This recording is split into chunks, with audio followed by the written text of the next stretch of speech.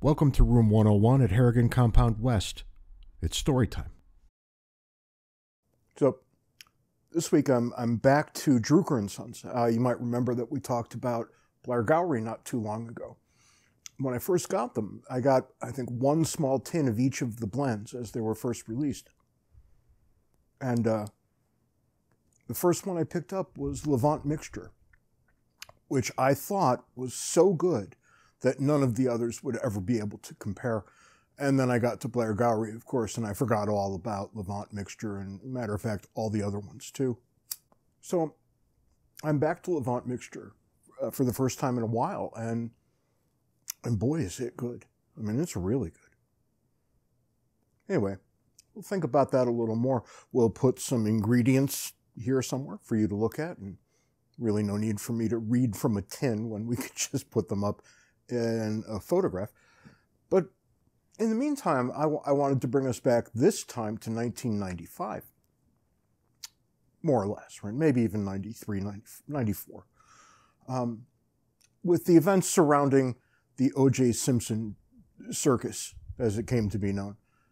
I remember I was living in a little tiny apartment with a friend of mine, and we sat there in the living room watching that low-speed chase and wondering what in God's earth was going on with that.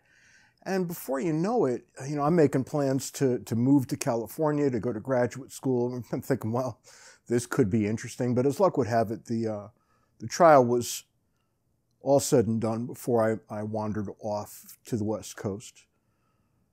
So I figured, well, that's probably it. We're not going to have anything to do with that ever again. And I went to school as I was supposed to, and I started working for an attorney. I had sold myself into medical experimentation, and he was in one of my classes, and he said, no, I'll give you a job. Get out of that. Don't be experimented upon. And I thought that was a pretty sweet deal, so I took him up on it, and I ended up working at a law office, which brought me into contact with a judge down in Pomona, California. And I started doing some work for him on and off as well. And one night, he would just call with these crazy things. And one night, he called me on the phone, and it was a Monday night, I remember, because I was just settling in to watch Monday Night Football. And he said, "What are you doing right now?" And I said, "Monday Night Football." And he said, "Come and pick me up right now." All right, so I got in the car and I drove up to his house, and I said, "What the hell's going on?" And he said, "We're going to a party up in the Hollywood Hills." And I thought, well, okay, I guess. Partying in the Hollywood Hills was never one of those things that I thought I would be doing. Even now, it seems kind of ridiculous, but there I was driving up to a party, and I don't know why I had to drive. I mean, the judge was as blind as a bat. It was like watching Mr. Magoo milling about, gigantic Coke bottle glasses. But I don't know why I was there, frankly. And I don't think the judge did either, because no sooner did we walk in the door than the judge disappeared, ditched me at the party that I brought him to. Obviously, I don't know anybody in the Hollywood Hills. So I just start milling around, and I figure I'm at like a $10 million house. And I thought, in a house this big, there's a bar. And where there's a bar, there's a television. And where there's a television, there is Monday Night Football. So off in search of the bar I went, and oddly enough, there was one. But most people at the party were not there. They were all other places. And it was just me and an Asian man who looked somewhat familiar. And he looked at me and he said, "What can I get you?" And I said, "Do you have any Guinness?" And he said, "No, but maybe we can go find some." And I thought that this was the smart way to play it. And the more I looked at him, the more familiar he got. And I realized, you of course already know the answer to this because you sat through that first minute of this conversation. I was following Lance Ito around this house in the Hollywood Hills, looking for Guinness in other refrigerators. Me and Lance Ito. And as we walked around, people would look at him and they'd say, "Hey, Lance," and he'd just keep walking. He didn't seem to have a whole lot of use for anybody at the party. But he was actually quite nice. He was kind. wanted to talk about the things that I was up to, and at the time I was reading Plato mostly. And he really wanted to hear about this book called Plato's Laws and what that might have been all about. He was genuinely curious. And I figured it was out of bounds to ask him about the trial. I just wasn't going to do that. And then some other guy walked by and he said, "Hey, Lance, when's that book coming out?" And you could tell that Ito was exasperated. He really didn't want to hear about this anymore. And he said, "Never." And the guy walked away. And we stood talking for a while longer. Longer enough that I felt confident to ask him this question at least. I said, "Well, not for nothing, but why aren't you going to write a book?" At that point in time, the mid-1990s, it would have been worth multiple millions of dollars if he had just written a book, probably have somebody else write it and just put his picture on the front. And he didn't seem to mind that I had asked. I guess I had proven that I wasn't only interested in talking about that up until that point. And he said, "You know, a lot of people have offered," and I keep telling them all the same thing. "I'm a civil servant. I'm a judge. I got assigned a case. I did my job." And it was a certain kind of humility that he brought to the table. Now, I don't know Lance Ito, except for this one half-hour, 45-minute interaction.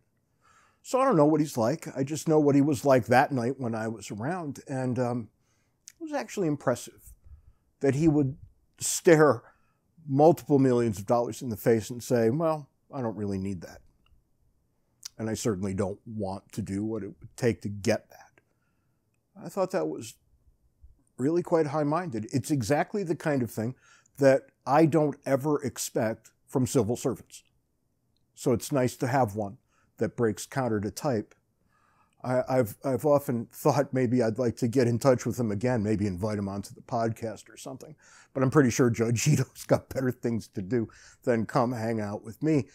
Nonetheless, it was really a great night. And I wouldn't have had any of it had a crackpot judge not called me at home prior to Monday Night Football's opening kickoff and had me drive him up into the Hollywood Hills, which was not around the corner. We were in the car for quite some time to get there. And then he ditched me, and had all of those things not happened, I wouldn't have ever met Judge Ito. And frankly, I've always felt a little better for having met him, even given how little time we spent together. I wonder what he's up to now. I assume he's long retired. But whenever I would sit and see the dancing Itos on the Tonight Show and things like this, that all happened ahead of my meeting with him. But when I met him, he was nothing like what anybody would have expected. He was a world better. And every now and then it's nice when something like that happens, because it doesn't happen that often. And it's nice to be reminded that there is a certain level of decency in the world that you overlook from time to time. So what are we to make of Levant mixture? This is one seriously good tobacco. Is it as good as Blair Gowrie? No. I think it might be the case that literally nothing is as good as Blair Gowrie. But this has been in the essential tobaccos pile since the first day I got it. It's stunning. It's so good. I can't even put my finger on what makes it so much better than everything else. But whatever it is, Greg Peace worked himself up a winner here, a world-class winner. And if you haven't tried it, you probably should. If you're a fan of Balkans and English blends, there's probably enough here to command your attention. So go check it out. These are only available at smokingpipes.com.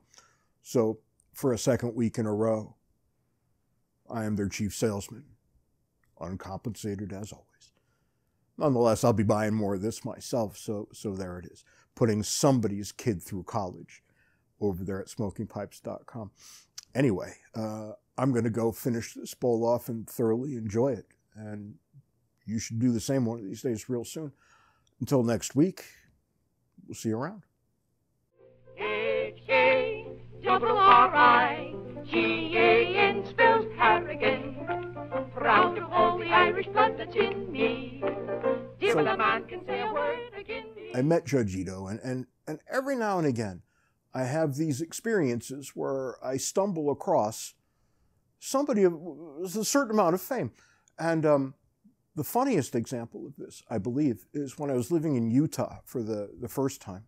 Would have been in the year 2000, a small child in the house, and I was being every bit as responsible as you could imagine, sleeping away until 11, 12 o'clock before I went into work in the early afternoons, Utah State University. And I had sent an email to Judge Mills Lane. I guess judges are the theme of today's episode. I had sent an email to Judge Mills Lane inquiring as to how a man might go about becoming a boxing referee. And I kind of thought I might get lucky and Mills might actually respond to me and I'd get an answer. And I guess I'd forgotten that in my signature on every email I sent out was my phone number.